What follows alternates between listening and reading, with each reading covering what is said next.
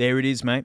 Ticket to a listening experience you didn't know you could have. So music is content and means that there are no rules to how you can absorb the content. It's however it means to you. I'm really into true crime. I don't do horror movies at all, but I'm infatuated with true crime. And quite often there'll be like a 2.5-hour episode of some long form thing, the whole interrogation, the entire everything in the background while I'm doing something else. And and many of us do that with music. I mean, call it bubblegum music. It's just something for your ears to chew on. But we can argue that if you're doing something else during the content, you're not really gonna absorb it very much. Hey, if you watched Shrek 2, but you're on your phone the whole time scrolling memes, you're gonna miss a bunch of stuff. So as I said, there's no wrong way to interact with content. It's just gotta make you happy. But there are many of us who want to have a heightened listening musical experience, but all we're rocking is the set of, these guys. What happened to you? What? I pulled these out of a drawer. Oh no. Oh, my first gen Apple Buds. They weren't good anyway. The thing about audiophiles and critical listening is that everyone thinks that you need incredible gear to pull it off. Having really expensive gear is nice. It certainly helps. You're going to hear more. But where we lose a lot of the fidelity, a lot of the everything in the music that we're trying to hear is us and our environment. Now, back to this. So if you're watching a movie, it needs your eyeballs, it needs your earlobes, it needs everything to be focusing on it. But with music, you don't need your eyeballs. You don't need any of that stuff.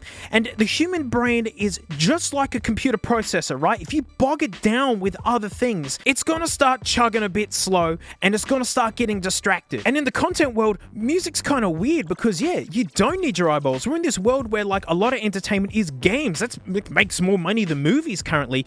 And that's more than your eyeballs and your earlobes. Now it's then your fingertips and your agilities and whatnot. It's actually why games are so amazing. And why, if I wanted a big in-depth story, I'd just get back to playing Baldur's Gate 3. That game has consumed me, Cue this. This is an eye blind. Simple as that. It just blocks out light. People use them for sleep. People use them on airplanes. And I adore it for listening to music. I mean it. It lifts everything up. Even if you're rocking dirty buds, they have no chance of actually plugging into anything anymore. It's like Earth, Wind & Fire September. I always brought up the Bongo Man. How do you think I heard the Bongo Man? I'm telling you, when you shut off your eyes, all this extra brain power is now available to take in other stuff. Killing Me Softly with his song. The hiss of the tape. Yeah, you're hearing the hiss from the tape being reeled up. The reverb of just the room just being the angelic backing vocals. Electric Avenue. If you want the 1980s super fun noises, at the time things that made electric bing bong noises was just all the rage, and they're just going for it. Now, there is a special ingredient that makes this work, and it's a special ingredient that some people cannot get their hands on. It's impossible. Out of stock, you can't get this special ingredient, and it's called peace and quiet. If you've got kids, or you work 2 jobs, or you study heaps, and you're in a share house, that's going to be the biggest barrier, unfortunately, is quiet. Although that's changed because it doesn't matter what headphones you use, you're going to hear a massive bump just by turning your eyeballs off. So many of us have noise cancelling headphones. In the last 2 or 3 years, even cheap bootleg headphones now have active noise cancelling. That'll do it.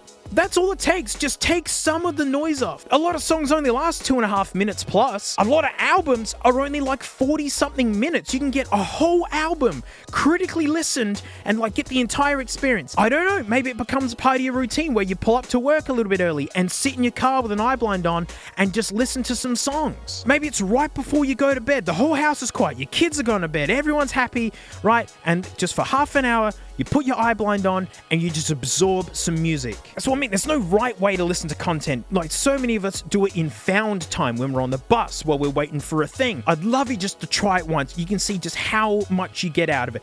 And look, you can put the pieces together from my thumbnail. How can this be done for free? Well, tie a t-shirt around your head.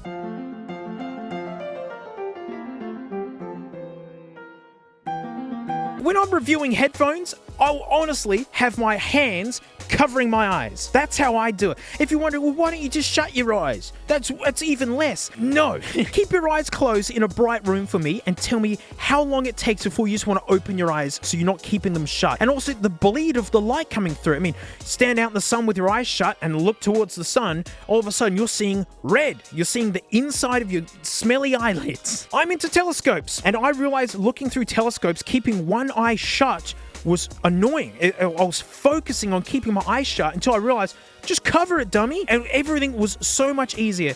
And this is what this does. It means that you don't have to focus on keeping your eyes shut.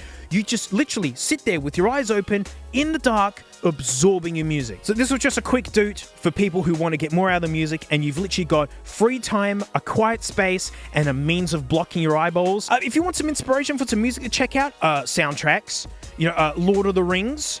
Oh my goodness, video game music. Even going back to 8-bit, 16-bit era. And that's why I want to do this quick video just to say that, yeah, with dirty buds, listening to 16-bit game music, turning off your eyeballs, you're gonna lose it. So mate, do it in the comments below. What's some music that you've known forever that you can hum backwards, that you've now blocked your eyeballs and discovered new things? Big one for me was the Bongo Man in September. That's why I kept bringing it up. And you can't unhear the Bongo Man. Who's your Bongo Man? Tell me your Bongo Man.